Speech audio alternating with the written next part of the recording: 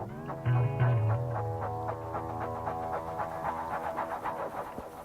BookTube! So it's November, right? Thought I should post my August wrap-up. First, The Unlikely Ones by Mary Brown. It's very simple, formulaic, but not in a bad way. 80s, kind of YA fantasy, but with adult themes later on. It was definitely a nostalgic reread for me. 2, The Painted Bird by Jerzy Kosinski. Basically torture porn of a young boy in Eastern Europe during World War II. It got really repetitive, and I was disappointed to find out that it was nowhere near as autobiographical as I was been led to believe. Or historically accurate, for that fact. Number 3, Cry the Beloved Country by Alan Paton. This is a modern classic from South Africa about the socio-economic effects of apartheid.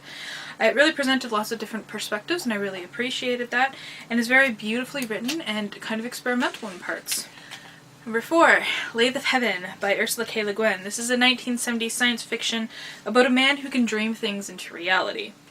It's a great example of the classic science fiction that addresses socio-political issues such as racism, overpopulation, and environmentalism in a fun story.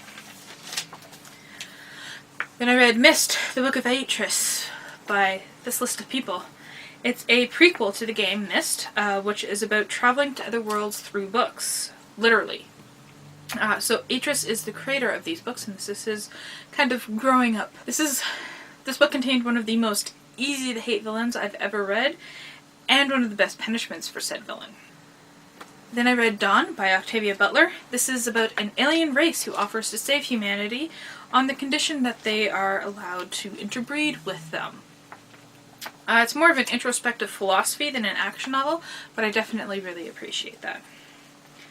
Then I read The Dishonest Church by Jack Good. This is about the disconnect between the more liberal, scientific, historical approach to Christianity that pastors learn in the seminary, and that a lot of Christians actually seek, and the more conservative, literal Christianity that gets preached and requires a cognitive dissonance with the modern world in order to practice. It could have used more examples directly from the Bible, but I think this book is geared towards actual preachers, so they probably already have that information. 8th book was a play, The Effect of Gamma Rays on Man and Moon Marigolds by Paul Zindel. Unfortunately, this is not about hulked out flowers. It's about a single mother and her 2 daughters and the load of problems that they have. More so about her one daughter trying to excel despite her situation. I felt it was too short, actually, and it left me wanting to know more about the family. So I think the movie might give you a bit more information. Gardens of the Moon by Stephen Erickson was the last book that I read. This is the first book in the Malazan Book of the Fallen epic series. It's like 14-15 books long.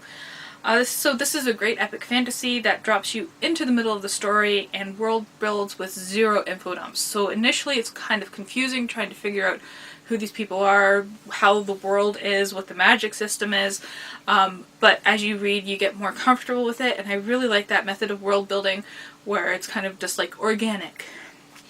And the magic system is amazing. It's basically about an empire conquering one of the last free cities, and we get perspectives on both sides of the story. That's my August wrap-up. If you want to know more about any of these books, feel free to ask me questions in the comments down below. Thank you, and have a good day.